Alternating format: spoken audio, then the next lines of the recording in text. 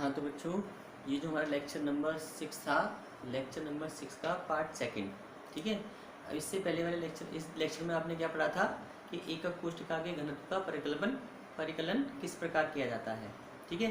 तो अब उससे संबंधित कुछ आपके यहाँ प्रश्न हैं जो कि हमारे पास हैं। तो ज़रा ये क्वेश्चन है, तो ये 3 क्वेश्चन हैं,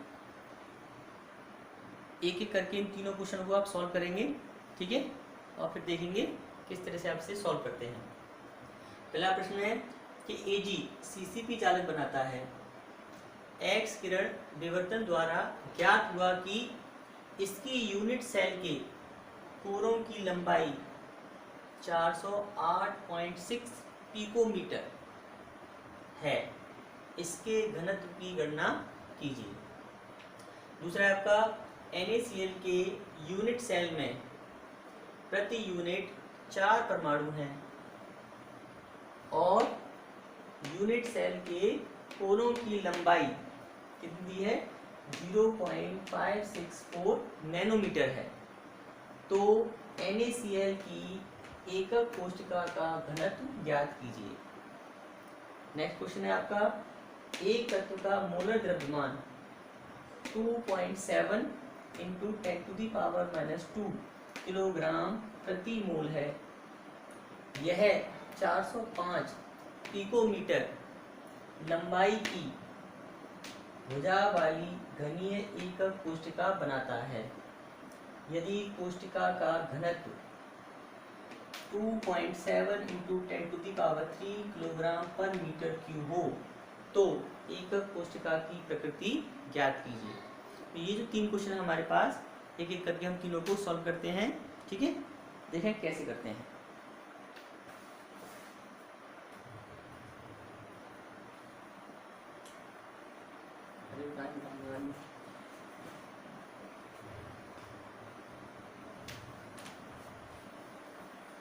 हाँ तो सबसे पहले हम बात करेंगे क्वेश्चन नंबर 1 की, ठीक है। तो ये जो क्वेश्चन नंबर 1 है, तो सॉल्यूशन लिखते हैं।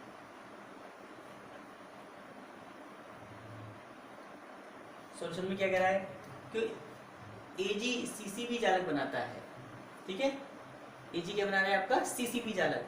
आपने पढ़ा है SCC, BCC, FCC, ECC, ठीक है। अभी CCP क्या होता है, CCP तो क्यूबिक क्लोज पैकिंग। इसमें Z बराबर जो प्रति यूनिट परमाणु होते हैं, प्रति यूनिट परमाणु की संख्या होती है 4। कितनी होती है, 4। तो लिखते हैं CCP के लिए, CCP के लिए Z बराबर कितना हो जाएगा आपका 4। तो Z बराबर प्रति यूनिट परमाणु की संख्या कितनी होगी, 4, ठीक है।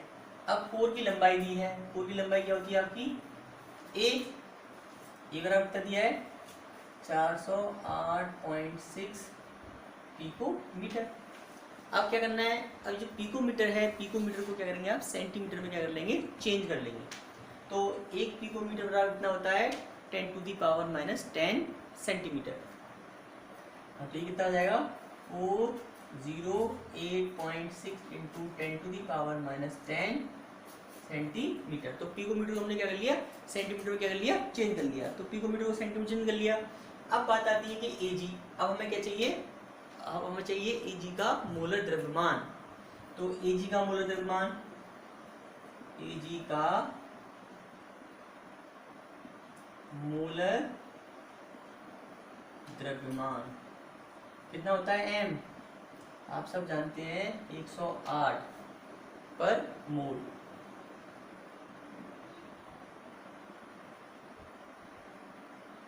ठीक है भाई। Ag है यानी इसका परमाणु भार, सिल्वर जो होता है, सिल्वर नहीं Ag का अणुभार कितना होता है आपका, परमाणु भार कितना होता है, 108, ठीक है। हाँ तो अब आपको क्या पता है, Z पता है, A पता है, M पता है, और एवोगाद्रो संख्या आप पहले से जानते हैं। Na क्या होती है, 6.023 × 10⁻23 प्रति मोल, इतने परमाणु होते हैं, ठीक है। बात समझ में? तो सॉल्यूशन करते हैं। तो घनत्व निकालना है, तो हम जानते हैं कि D बराबर D है नो दैट हम जानते हैं इससे पहले वाले फॉर्मूले में, तो डी बराबर क्या था आपका, जेड इंटू एम अपॉन ए क्यू इंटू एन एन, ठीक है। डी आपको कैलकुलेट करना है, तो डी बराबर जेड कितना हो गया 4, ये कितना हो गया 108, ठीक है। और ए कितना है आपका, ये आपने ये रहा, तो 408.6 इंटू 10 टू दी पावर -10 कितना हो जाएगा ये क्यू, इंटू एन की value 6.023 into 10 to the power 20, ठीक है। तो जब आप इसे कैलकुलेट करेंगे तो कैलकुलेट करने के बाद इसका जो आंसर आएगा, ठीक है, वो मैं आपको बता देता हूँ। तो पहले मल्टीप्लाई करते तो इन दोनों को मल्टीप्लाई करेंगे 432, इसका मल्टीप्लाई करेंगे तो 432 आ जाएगा। और उसके बाद ये तो ऐसे ही रहने दो इसको, तो 408.6, ठीक है, इसका कर दो आप क्यू इंटू इसका कितना हो जाएगा 10 to the power -30 into 6.023 into 10 to the power 23।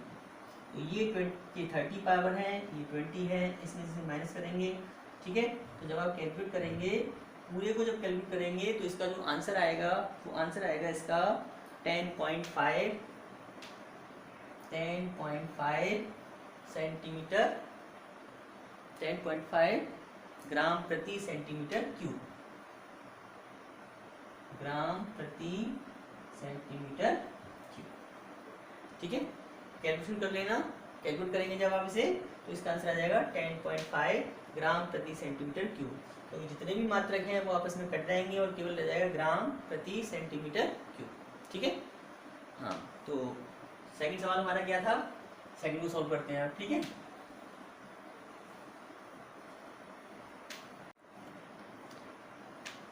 हाँ, तो सॉल्यूशन नंबर 2 यानी क्वेश्चन नंबर 2 का सॉल्यूशन, ठीक है।